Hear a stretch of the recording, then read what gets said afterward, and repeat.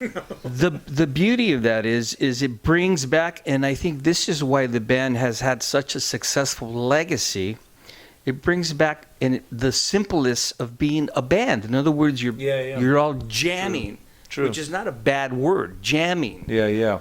No, I mean, it is because, going out, I mean, and playing the songs in these different environments, I think you kind of come together, whether you're in cold Germany in January, which we're going to be in next week, which I'm not a fan of that. Neither am I. Cold, sloshy weather. So under those circumstances, or if you're in beautiful, California, it's you have this kind of thing that brings everybody together, whatever the circumstance is. And so it is kind of a cool thing that we all kind of bond together with this music. Percussion is an interesting. Percussionists are very interesting because what a way to truly express yourself behind the drum kit. Would you say that? What are your influences? One of the things that I've noticed, and I mentioned prior, is the excellent musicianship of Fates Warning. Yeah. Each musician, well, let's backtrack a little bit. Obviously, Jim is the one that is at the forefront of the writing structure, but each musician brings in such a magnetic, exquisite form of musicianship, and it just gels so well naturally. Right. You see the progression with each record, but yet it holds the foundation well. What is your influences for the percussionists out there? What is it that got you and what influenced you to where you're at today? Well, I mean, we're all older guys, and Fates Warning been around a long time. But I grew up, in the listening to music in the late 70s and listening to pop radio, which we all did because there was limited stations or whatever back in those days.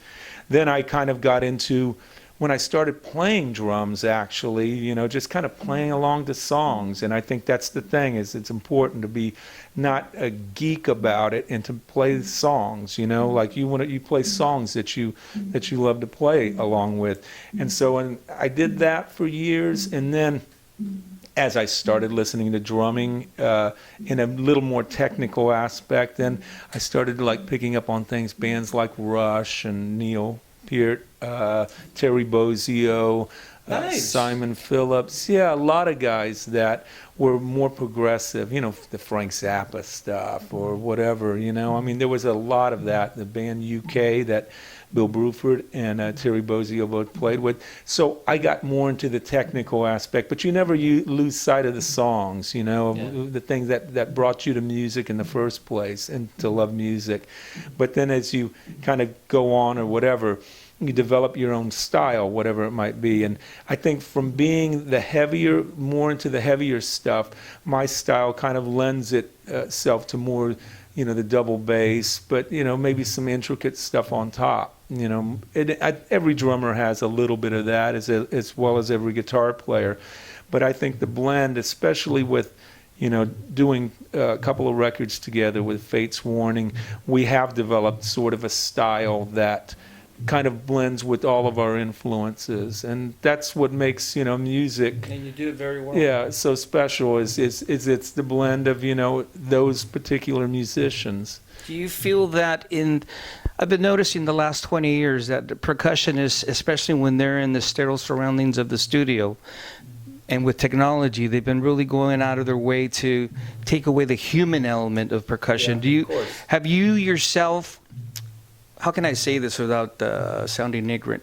Have you yourself put that in the back burner? Because it seems that every percussionist these last 20 years wants to be perfect. Yeah. What I like about your playing, it's natural, it's human, especially live. Well, yeah, and on our records, we don't do all that crazy sort of, quantizing and stuff like that on our records. There is a very important, in progressive music, it can sound very sterile if you do that. Pop music, because it's dance based, you can do that because the listener isn't listening for that. They're listening to that same groove over and over, typical, whatever it is, popular dance styles.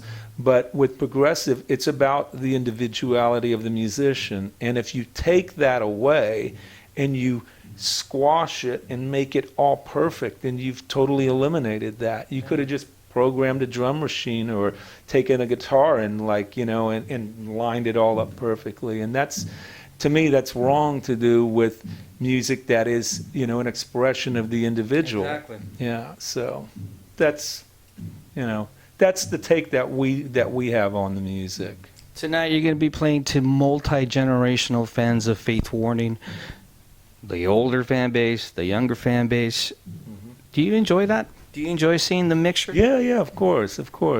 I mean, it's always great if you see like a younger kid singing the lyrics to something that was recorded in the 80s, I mean, that's a good thing. And that's the great thing about music. I mean, if you think about music the way it was when we were growing up, in the 70s or 80s, you really didn't listen to music from, the 40s, your dad's music or your mom's or your 50s. You embraced your music. Yeah, only yours. But you'll see we're in the year 2018, but people are listening to music in the 80s and even 70s or 60s or whatever. And that's so weird.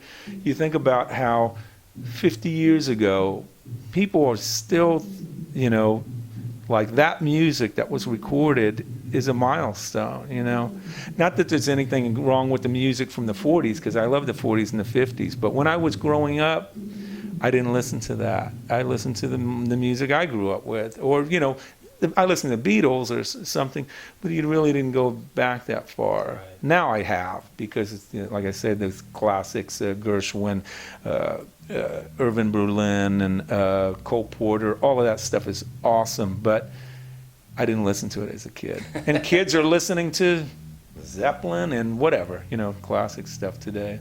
Faith Warning, over 35 years of excellent musicianship, as I've stated. One of the most important things is the stage. Amazing live band. They're going to be going to Europe. These shows are going to be captured live. No editing whatsoever, correct? Yeah, of course. All pure energy. No vocals, samples, none of that. Everything that you see on stage is being performed right there. And, 5 guys. It'll be on In and Out Records. Thank you so much for taking the time to talk to me. Thank you so much. And we're out.